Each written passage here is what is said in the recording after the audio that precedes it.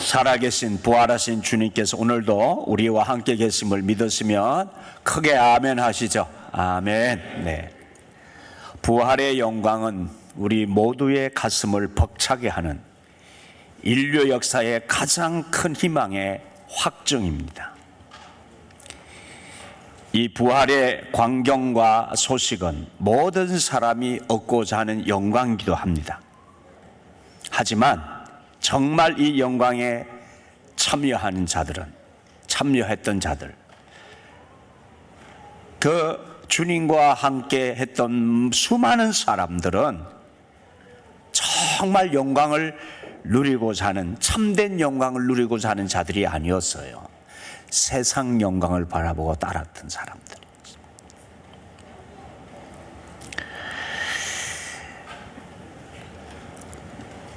순환의 파사드 이야기가 있습니다. 1882년부터 건설되고 있는, 지금까지도 아직 계속해서 짓고 있는 스페인의 세계적인 건축가 안토니오 가우디가 설계하고 31살 때부터 74살로 사망하기까지 직접 그 건축 감독을 맡았던 사그다라 파밀리아, 우리말로는 성가족이라는 성가족 성당이 지금도 지어지고 있어요. 1882년부터 지었으니까 우리나라에 복음이 들어오기 전 2년 전부터 지었던 거예요. 네? 130년이 넘도록 지금 건축을 계속하고 있어요. 성가족 성당이. 그런데 가우디 사망 100주기가 되는 오는 2026년에 완공될 예정 가운데 3년 남았죠.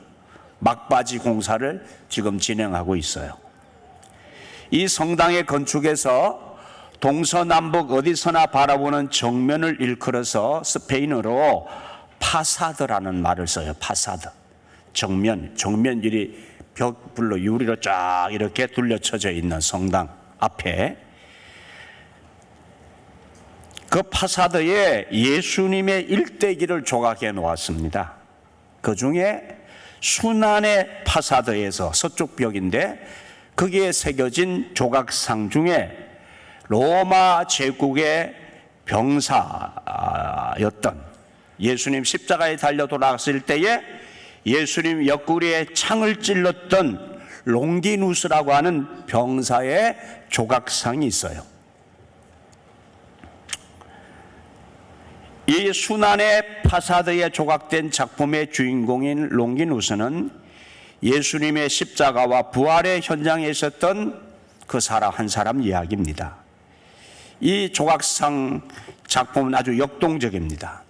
좀 슬라이드 다시 넘겨주세요. 네, 롱기서 제가 사진 보냈는데 롱기서 창, 네, 그건 그거예요. 저 롱기누스의 저 작품인데 그 사람을 작품으로 조각을 해놓은 거예요. 이 작품은 아주 역동적입니다. 앞으로 달려가는 말을 급히 세우고 있습니다. 말에 제동을 걸기 위해서 고삐를 힘차게 잡고 있는 저 로마 군사와의 저 급제동으로 인해서 힘겹게 막 정지를 해야 되니까 말이 달리려고 하는데 정지를 하려고 애쓰는 그런 말의 모습이죠. 그의 한 손에는 칼이 들려 있는데 그 그림 계속 띄워놓으세요. 네, 제가 그림 설명하고 있어요. 네, 저 칼이 들려 있는데 칼이 저 성당의 벽에 박혀 있죠. 전해오는 이야기 외경 니고데모 복음서에 의하면은 이 로마 제국의 병사였던 롱기누스는 당시 심각한 눈병, 백내장을 앓고 있었다고 합니다. 그런데 골고다 언덕에서 그가 예수님의 죽음을 하기 위해서 창으로 예수님의 옆구리를 찌를 때에 그 순간 예수님의 피가 그의 눈에 튀었는데 그 순간 그 눈이 깨끗이 치료를 받는 경험을 한 거예요. 롱기누스가 자기가 예수님이 옆구리를 찔렀는데 그 피가 튀어가지고 눈에 닿는 순간 그 눈이 고침을 받았어요. 얼마나 놀랬겠어요, 이 사람이. 자기가 죽인 예수의 피가 자기 눈에 튀었는데 눈이 고침을 받았다. 깜짝까지 낫게 되었다고 전해집니다. 믿을 수 없는 기적을 체험한 그는 인류 역사상 최초의 기독교로 개종한 이교도가 되었고, 그는 지금의 터키라고 그랬잖아요. 지진이 난 그 튀르키예 가파도기아에 가서 선교하다가 순교했다고 전해집니다. 제가 이 이야기를 좀 찾느라고 검색을 해봤더니만 그 검색하는 과정 속에 여기에 다녀오셨던 우리 감리교회 만락교회 김병삼 목사님이 이 작품을 감상한 후에 감사평과 함께 마침 그 검색하는 안에 따라 보니까 그분의 설교가, 이분에 관계된 설교가 기록되어 있더라고요. 이렇게 되어 있습니다. 이 작품이 아주 중요한 메시지를 던져주고 있는데, 예수님의 십자가에서 기적을 경험한 그가 부활의 증인으로 살기 위해 삶의 방향을 드라마틱하게 바꾸는 장면입니다. 얼마나 급작스럽게 고삐를 당겼는지, 말의 목이 틀어져 있고 얼마나 힘있게 고삐를 당기고 있는지 그의 몸이 들려있는 모습도 보입니다. 그리고 그의 손에 들고 있는 칼이 상징하는 것이 있는 듯 합니다. 그의 칼이 파밀리아 성당 벽에 박혀 있는 모습이죠. 그리스도의 몸을 상징하는 성전에 칼이 들어가 있는 것은 아마도 예수님의 허리에 칼을 찔렀던 그의 과거 형적을 표현하는 듯 합니다. 오늘 본문 마태복음 27장 54절 말씀을 생각나게 하는 장면이라고 기록했습니다. 백부장과 및 함께 예수를 지키던 자들이 지진과 그 일어난 일들을 보고 심히 두려워하여 이르되 이는 진실로 하나님의 아들이었도다 하더라.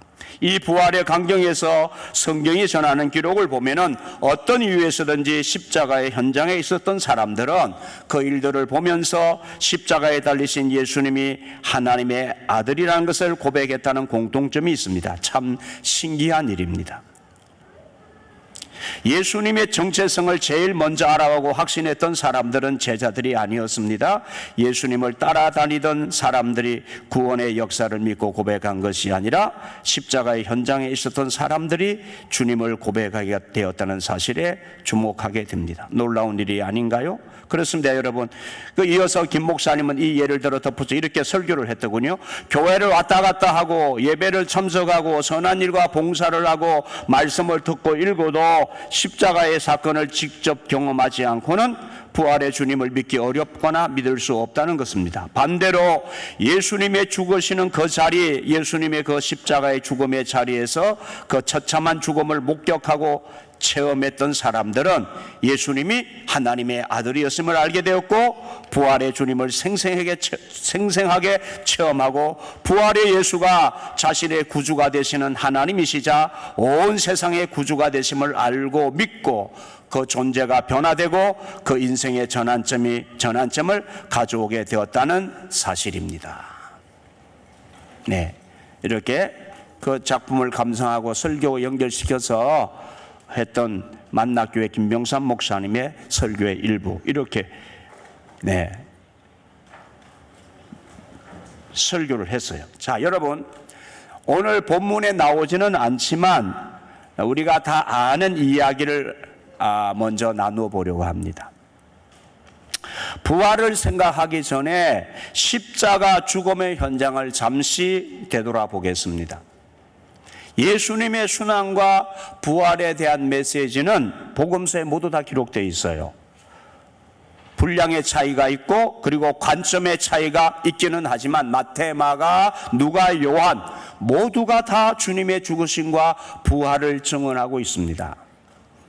요한복음 19장에도 예수님의 순환의 이야기를 동일하게 기록하고 있는데 23절로 27절에 보면은 십자가의 현장에 있었던 사람들의 이야기가 나오고 있습니다. 십자가 주변의 사람들이라고 해도 좋을 듯합니다. 먼저 그 롱기누스의 이야기와 연결시켜 본다면은 십자가 아래는 예수님을 죽이는데 악역을 담당했던 로마 군인들, 롱기누스를 비롯해서 로마 군인들이 있었습니다.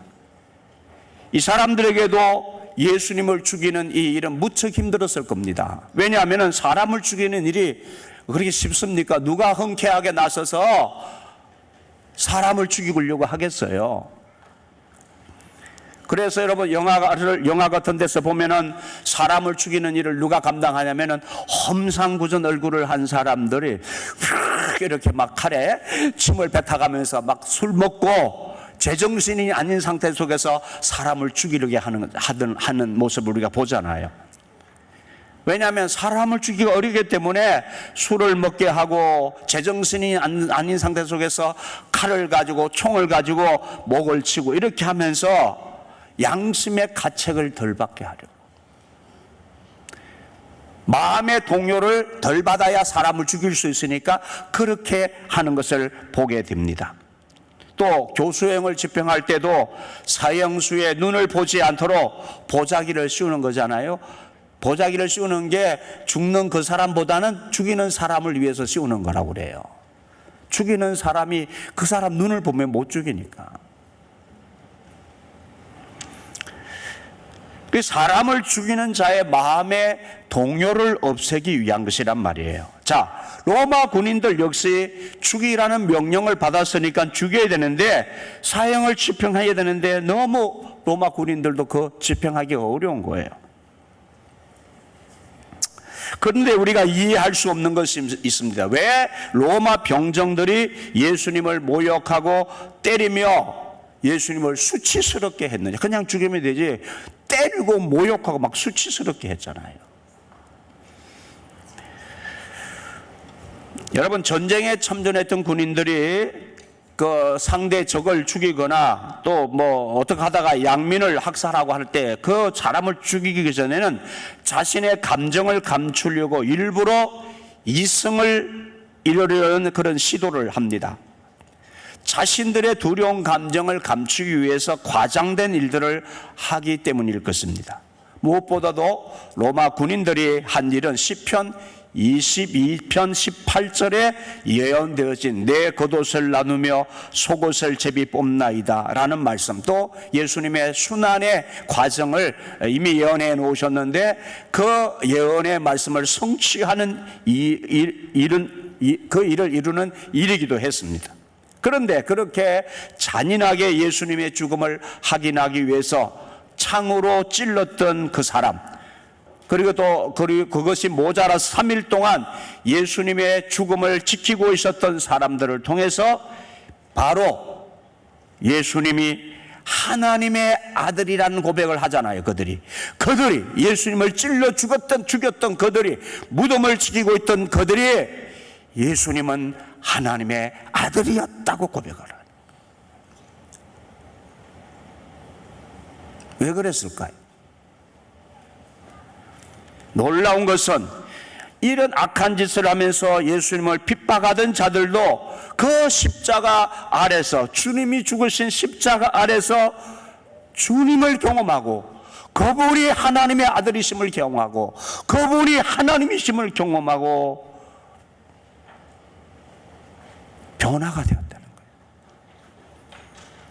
그래서 그 예수님을 만나고 변화를 받아서 쓰임을 받았는데 그 사람 중에 대표적인 사람이 롱기누스였다는 것이, 예수님을 십자가에 찔렀던 그 사람. 예수님 바로 그 핍박하고 조롱하는 자들을 위해서 십자가를 지셨단 말입니다.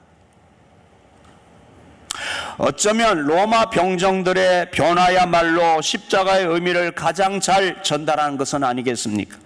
또한 골고다 예수님의 십자가 옆에 또 다른 두 개의 십자가에 두 명의 강도가 매달렸습니다. 하나의 또 의문이 생깁니다. 왜 로마 군인들은 예수님의 십자가 옆에 두 명의 강도를 매달았을까? 이런 예측이 가능합니다. 가능하면 예수님을 더 모욕하고 싶어서가 아니었을까 하는 것이죠. 당연히 죽어야 하는 강도와 함께 매달아야 예수님의 죽음을, 의인이신 예수님의 죽음을 정당화할 수 있기 때문에, 예수님을 죄인으로 몰 수 있기 때문에 그렇게 같이 강도들과 함께 예수님을 매달았단 말이에요. 그들이 의도한 대로 한 강도는 끝까지 예수님을 모욕하고 죽었지만, 다른 한 강도는 십자가 앞에서 구원을 받고 예수님과 함께 낙원에 있으리라는 약속을 받습니다. 그래서 여러분, 우리는 종종 이런 생각을 해요. 아이들이 놀아도 교회에서, 십자가 그늘에서 놀아야 소망이 있고요, 나쁜 짓을 해도 교회 그늘 안에서 십자가 주변에 있으면서 믿음을 떠나지 않아야 변화의 가능성이 있단 말이에요. 아멘이시죠? 그러니 나쁜 짓을 하거나 우리들이 이해할 수 없는 행동을 하는 강도와 같은 사람이 있다면 자꾸 교회에서 내치려고 하지 말고 가능하면 십자가 아래로 인도해야 된다는 것이죠. 십자가 주변에 있었던 또 다른 사람들이 있죠. 여인들이었습니다. 그들은 예수님 부활 이후에 결정적인 역할을 했던 사람들입니다. 제자들은 다 도망갔지만 이 여인들은 십자가를 지시는 그 주님의 길을 같이 걸었고, 십자가에 매달려 있는 동안 그 아래서 애통해하면서 예수님이 무덤에 묻힌 후에도 찾아와서 부활을 목격했던 사람들입니다. 주님의 모든 고난에 동참하는 자들이었습니다. 이들이 복된 자들이었죠. 왜냐하면 이들은 가장 확실한 부활의 증인이 될 것이기 때문입니다. 가장 먼저 부활의 영광에 참여하게 될 것이기 때문입니다. 여러분, 적절한 비유가 될지는 모르지만요, 요즘은 애플에서 아이폰 신형을 출시하면서 출시한다고 하면은 먼저 몇 사람 얼마 일정한 수에 먼저 사전에 배부를 해요. 그러면 그거 사려고 먼저 그걸 산다고 밤새 줄 서가 있다고 사는 사람들이 있고, 백화점에서 명품 세일한다고 그러면요, 아니 그 날밤을 새면서 그 백 산다고 날밤을 새워서 줄을 선다고요. 어떤 사람은 텐트 치고 밤을 새는 사람도 있다. 참, 왜일까요? 여러분, 그들이 그렇게 원하는 것을 얻기 위해서 그 정도의 수고와 그런 불편한 점은 감수할 수 있다는 것 아닙니까?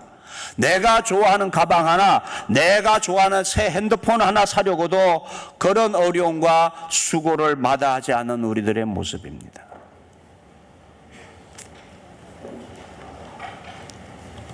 십자가의 자리를 지켰던 사람들은 진정으로 주님을 사랑하고 아꼈던 사람들입니다.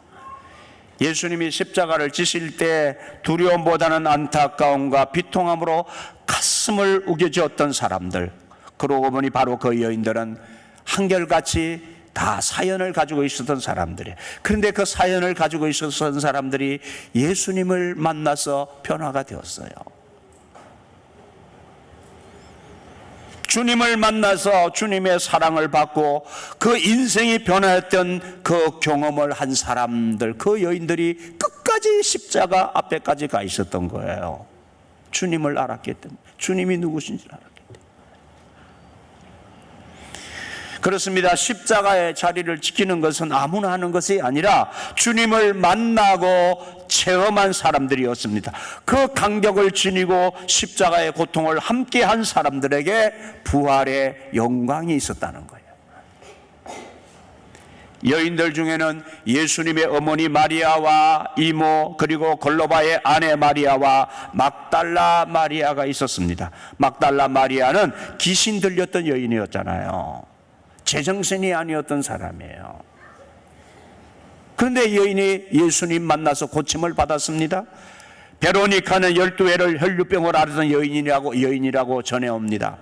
마리아는 이름이 하도 많아서 누군지 명확하지 않지만은 항유 옥합을 깨뜨렸던 그 마리아, 그리고 나사로에 누이었던 마리아도 그들 가운데 있었던 것이었죠. 다 사연이 있었던 사람이에요. 다 고통 중에 살았던 사람들이에요. 다 예수님 만나서 고침받고 변화받았다. 오늘 본문에서는 이렇게 증거하고 있습니다. 28장 마태복음 28장 1절로 5절 말씀입니다. 우리 다시 한번 한 절씩 같이 읽겠습니다. 제가 한 절, 여러분 한 절. 안식일이 다 지나고 안식후 첫날이 되려는 새벽에 막달라 마리아와 다른 마리아가 무덤을 보려고 갔더니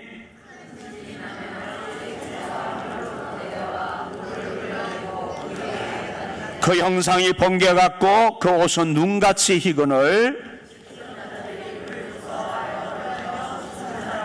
다 같이 천사가 여자들에게 말하여 이르되 너희는 무서워하지 말라. 십자가에 못 박히신 예수를 너희가 찾는 줄을 내가 아노라. 예수님의 몸에 죽은 시신에 기름을 바르려고 찾아간 무덤에서 여인들을 기다린 것은 예수님의 부활을 알리는 천사들이었습니다. 차가운 시체가 아니라 빈 무덤이었습니다. 예수님께서 살아나야 되겠다고 예언을 했지만 제자들은 그 자리에 없었어요. 그날 새벽 아직 날이 밝기 전에 무덤을 찾아간 사람들은 제자들이 아니라 십자가를 지켰던 바로 이 여인들이었습니다. 이 여인들을 주님의 사자 천사들이 맞이합니다. 주님의 부활의 소식이 빈 무덤의 강경과 함께 죽은 사람을 지키던 자들은 죽은 사람처럼 그 무덤을 지키던 사람들, 병사들을 비롯해서 그 사람들은 죽은 사람처럼 되었지만 슬픔과 낙심 중에 찾아온 여인들은 이 부활의 강경을 눈으로 보고 귀로 듣게 되어집니다. 이 놀라운 소식에 무서움과 큰 기쁨에 사로잡혔습니다. 요한복음 유일하게 그 십자가의 자리를 지켰던 제자 사도 요한에 대하여 증거하고 있습니다. 예수님의 고난의 길을 끝까지 지켰던 요한에게 예수님은 당신의 어머니를 부탁하시면 내 어머니다라고 부탁하셨습니다. 십자가를 지켰던 자에게 사명도 주어지는 것이었습니다. 사실 십자가 앞에서는 우리들의 모습을 볼 때에 제자들을 비난할 자격이 있는 사람들이 누가 있겠습니까? 우리도 여러 가지 이유와 사정으로 십자가를 외면할 때가 많지 않습니까? 하지만 오늘 우리들이 꼭 명심해야 하는 것이 있는데 십자가를 지켜야 사명도 받고 부활의 영광에 참여한다는 것입니다. 사도 요한은 제자들 중에 유일하게 오래 살아서 순교한 사람입니다. 오래 사는 것 자체가 모두 복은 아니지만 오래 사명을 감당하는 것은 복 중에 복이 아니겠습니까? 제자들이 다 일찍 순교하고 바울도 순교한 후에 초대교회가 흔들릴 때였습니다. 예수님의 제자 요한은 사랑의 사도로 일컬음을 받으면서 그 오래 산 것이 어떤 결과를 낳느냐 그 말입니다. 오래 살면서 요한복음을 기록했고 오래 살면서 요한 1, 2, 3서를 기록했고 오래 살면서 요한계시록을 기록한 예수님의 제자로서 복음의 도구가 되었다 그 말이에요. 그 요한이 십자가에서 다 도망갔지만 요한이 그 십자가의 자리에 있었어요.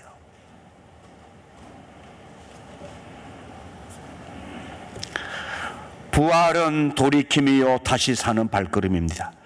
부활의 체험, 영원한 생명을 체험한 예수 생명을 받은 우리는 이 부활의 체험 이전과 이후에 내 삶이 같을 수 없어요. 예수 만나기 이전과 예수 만난 이후 내 삶이 전혀 다릅니다. 같을 수 없어요. 다시 롱기누스의 작품에서 보여주는 그의 삶의 전환점에 대해서 생각해 보게 됩니다. 그가 만난 부활의 주님을 전하기 위해서 자신의 삶을 돌이키는 역동적인 모습의 삶이 그 작품에 담겨 있어요. 그가 눈이 보이지 않았을 백내장으로 눈이 보이지 않았을 때에 그는 그의 육체의 상처보다 더 큰 상처는 그의 마음의 상처가 아니었겠습니까? 자신의 칼로 예수님을 찔렀던 마음의 상처가 어떤 면에서는 더 큰 그 인생의 아픈 자국으로 남았을 것이란 말입니다. 그런데 그가 예수를 만나고 그 예수님의 피가 그의 눈에 튀어서 그 눈이 고침을 받음으로 인하여서 그가 예수님이 누군지 눈이 열리는 거예요. 하나님의 아들이시고 자신의 구주인 것을 알게 되어지고 예수님을 나의 주님으로 고백하고 그가 예수님을 영접하고 그리스도인이 되어서 그가 순교하기까지 복음을 전하는 이방인이 되었단 말이에요.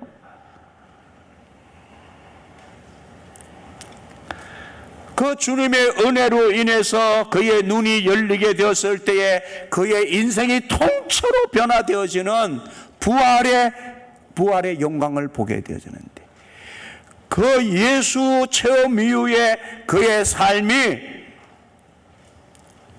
그 인생을 송두리째 바꾸는 거예요. 송두리째.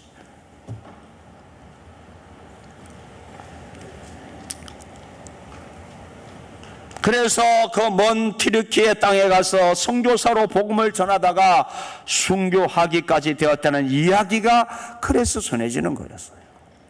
달라요. 예수 만나면 인생이 달라진다. 부활의 예수를 만나면 하나님의 영광 가운데 거하게 되어지면 인생이 달라집니다. 부활의 증인이 되었던 여인들도 동일했습니다. 그 여인들 역시 상처와 흔적들을 지니고 있던 사람들이었습니다. 그 사람들, 그 예수를 만나서 그들이 부활의 증인이 되었어요.